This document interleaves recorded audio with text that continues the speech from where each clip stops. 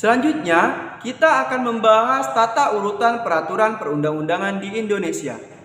Tata urutan peraturan perundang-undangan memiliki makna bahwa peraturan perundang-undangan memiliki hierarki atau tingkatan.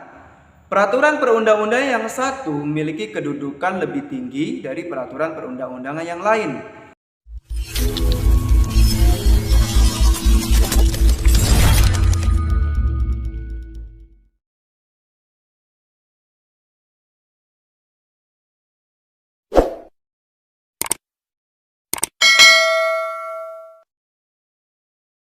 Assalamualaikum warahmatullahi wabarakatuh. Salam sejahtera, Om Swastiastu, Namo Buddhaya, salam kebajikan. Baiklah, dalam video ini Pak Guru akan menjelaskan materi baru, yaitu pada bagian bab 3 tentang memaknai peraturan perundang-undangan. Dan pada bagian pertama ini Pak Guru akan menjelaskan materi yaitu mengenai makna tata urutan perundang-undangan di Indonesia. Sebelum kalian menyaksikan video pembelajaran ini, alangkah lebih baiknya apabila kalian like dan subscribe channel ini agar Pak Guru lebih bersemangat dalam membuat video pembelajaran selanjutnya. Terima kasih. Yang pertama, kita akan mempelajari tentang pengertian peraturan perundang-undangan nasional. Menurut pasal 1 ayat 3 Undang-Undang Dasar Negara Republik Indonesia tahun 1945 dikatakan bahwa negara Indonesia adalah negara hukum. Hal ini mengandung pengertian bahwa kehidupan bermasyarakat, berbangsa dan bernegara didasarkan atas hukum yang berlaku. Hukum dijadikan panglima, artinya segala sesuatu harus didasarkan atas hukum. Sebagai negara hukum, segala aspek kehidupan kemasyarakatan, kebangsaan dan kenegaraan serta pemerintahan harus didasarkan atas hukum sesuai dengan sistem hukum nasional. Peraturan perundang-undangan menurut Undang-Undang Nomor 12 Tahun 2011 memiliki pengertian yaitu peraturan tertulis yang memuat norma hukum yang mengikat secara umum dan dibentuk atau ditetapkan oleh lembaga negara atau pejabat yang berwenang melalui prosedur yang ditetapkan dalam peraturan perundang-undangan. Selanjutnya, kita akan membahas tata urutan peraturan perundang-undangan di Indonesia. Tata urutan peraturan perundang-undangan memiliki makna bahwa peraturan perundang-undangan memiliki hierarki atau tingkatan. Peraturan perundang-undangan yang satu memiliki kedudukan lebih tinggi dari peraturan perundang-undangan yang lain. Tata urutan ini perlu dilakukan sesuai dengan prinsip-prinsip ataupun azas umum yang berlaku dalam hukum, yaitu sebagai berikut. Yang pertama, dasar peraturan perundang-undangan selalu peraturan perundang-undangan. Yang kedua, hanya peraturan perundang-undangan tertentu saja yang dapat dijadikan landasan yuridis. Yang ketiga, peraturan perundang-undangan yang berlaku hanya dapat dihapus, dicabut dan diubah oleh peraturan perundang-undangan yang sederajat atau lebih tinggi. Yang keempat, peraturan perundang-undangan yang baru mengesampingkan peraturan perundang-undangan yang lama. Yang kelima, peraturan perundang-undangan yang tinggi mengesampingkan peraturan perundang-undangan yang lebih rendah. Yang keenam, peraturan perundang-undangan yang bersifat khusus mengesampingkan peraturan perundang-undangan yang bersifat umum. Dan yang ketujuh, setiap jenis peraturan perundang-undangan memiliki materi yang berbeda. Jenis atau hierarkis peraturan perundang-undangan menurut pasal 7 Undang-Undang Nomor 12 Tahun 2011 tentang pembentukan peraturan perundang-undangan memiliki hierarkis sebagai berikut. Yang pertama yaitu Undang-Undang Dasar Negara Republik Indonesia tahun 1945. Yang kedua yaitu ketetapan MPR. Yang ketiga yaitu undang-undang atau peraturan pemerintah pengganti undang-undang. Yang keempat yaitu peraturan pemerintah. Yang kelima yaitu peraturan presiden. Yang keenam yaitu peraturan daerah provinsi. Dan yang ketujuh yaitu peraturan daerah kabupaten atau kota.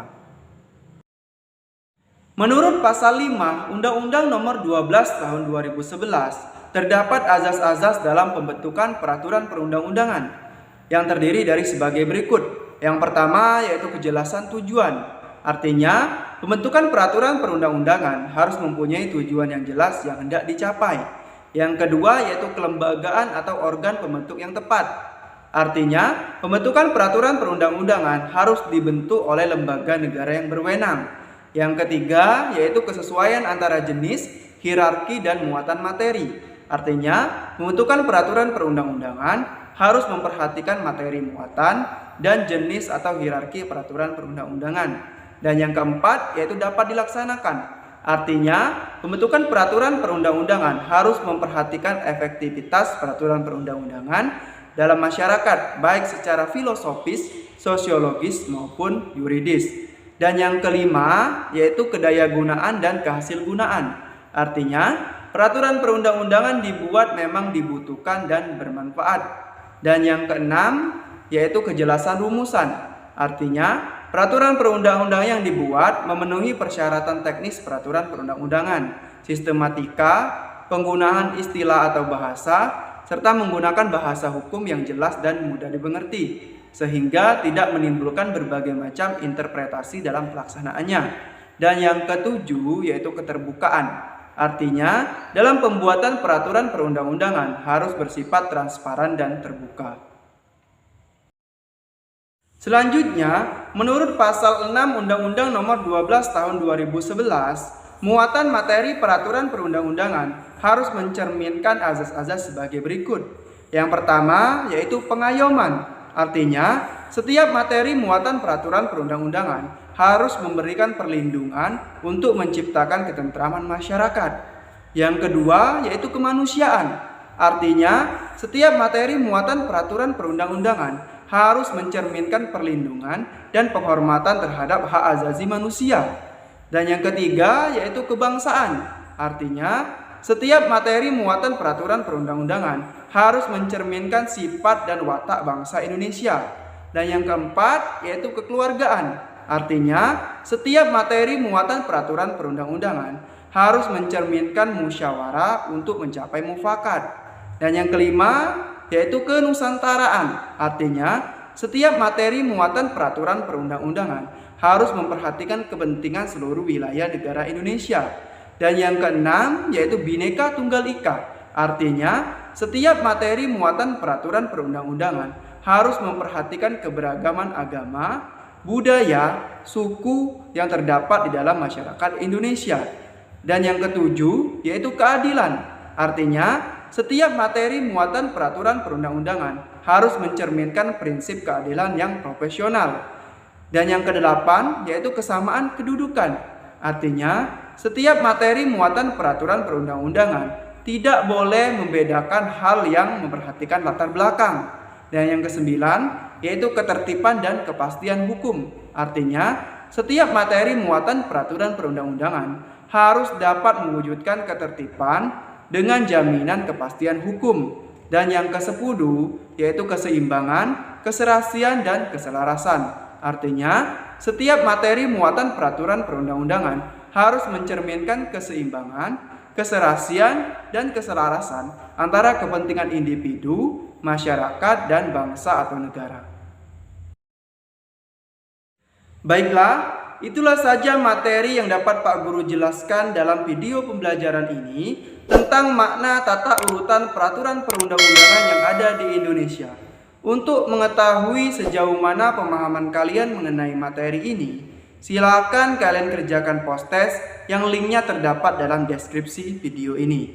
Baiklah, itulah saja materi yang dapat Pak Guru jelaskan. Lebih dan kurangnya Pak Guru mohon maaf.